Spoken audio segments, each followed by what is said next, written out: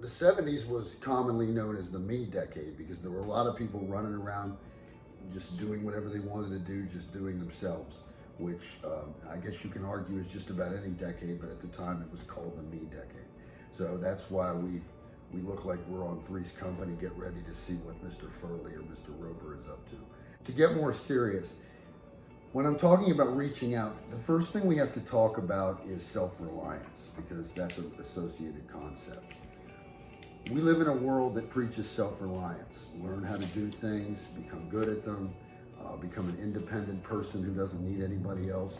And these are great concepts. These are wonderful things. But let me tell you what self-reliance is and what it isn't.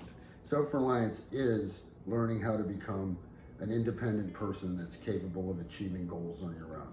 What self-reliance isn't is the thought and the feeling that you have to go through life on your own and you don't need anybody else. That when you're struggling, you have to go it alone. So let's take that back to the topic of reaching out. So in this self-reliant world we live in, where this is fostered now since we're little kids in school, learning how to do things, being reliant on your own. When we struggle, and we inevitably do, a lot of us have trouble asking for help. My father, who's no longer with us, I don't think he was able to ask for help his whole life. And he is not alone. There are many people who, we laughed on the stereotype about us men is we don't want to stop and ask for directions. Well, directions are a fairly innocuous thing. Let's talk about something more serious like struggling with mental health issues or substance abuse issues, where if you're reluctant to reach out, it could be deadly. The consequences can really be deadly. Us men, and I'll call out my own gender here, a lot of us are especially reluctant to reach out for help when we need help. So what am I really talking about here? So let's say you're struggling, for example, with mental health issues. There's a lot of that going around today. A lot of us have some stuff going on. Bipolar, anxiety, social anxiety disorder, and some more serious things, hopefully not. There are plenty of resources out there for you today. I rail a lot on the society of 2020. One of the things that's nice about this decade that we're living in now is there are many more resources than there used to be for people that struggle with mental health issues and also substance abuse issues as well, because that's very prevalent. I mean, if you read the news, you see how many people are overdosing and how many people are getting addicted. The numbers are incredible. I'm a drug and alcohol counselor for a living, and some of the things I see, it's really heartbreaking. So what I'm going to tell you folks is when you're struggling with anything, whether it be some mental health stuff, maybe suicidal ideation, maybe you feel like, life's not worth living anymore, you can't go on. Reach out to somebody. There's suicide prevention hotlines. There's mental health counselors everywhere. All you got to do is pick up your phone and Google it. There, I just did a shameless plug for Google. Substance abuse, same thing. There's substance abuse places, 28-day programs, 12-step programs all over the place. So there's your resources. What about more personal resources? How about family members? How about friends? How about coworkers?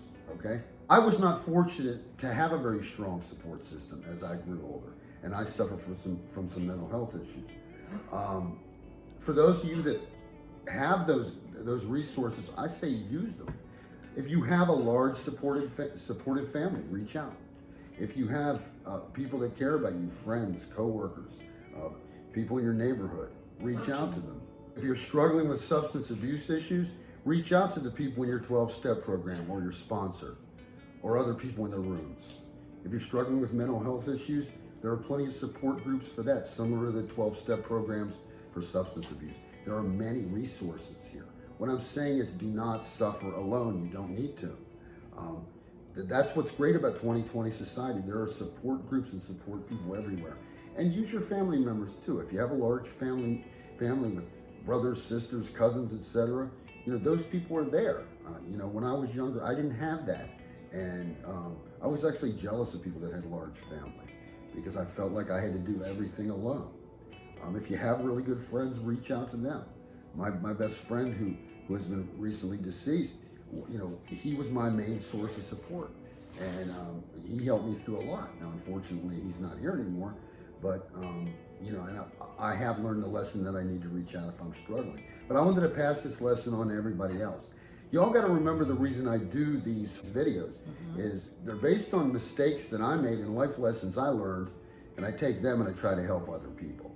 So again, just to sum everything up, if you're struggling with anything, mental health, substance abuse, depression, whatever, reach out to somebody. There's plenty of people available.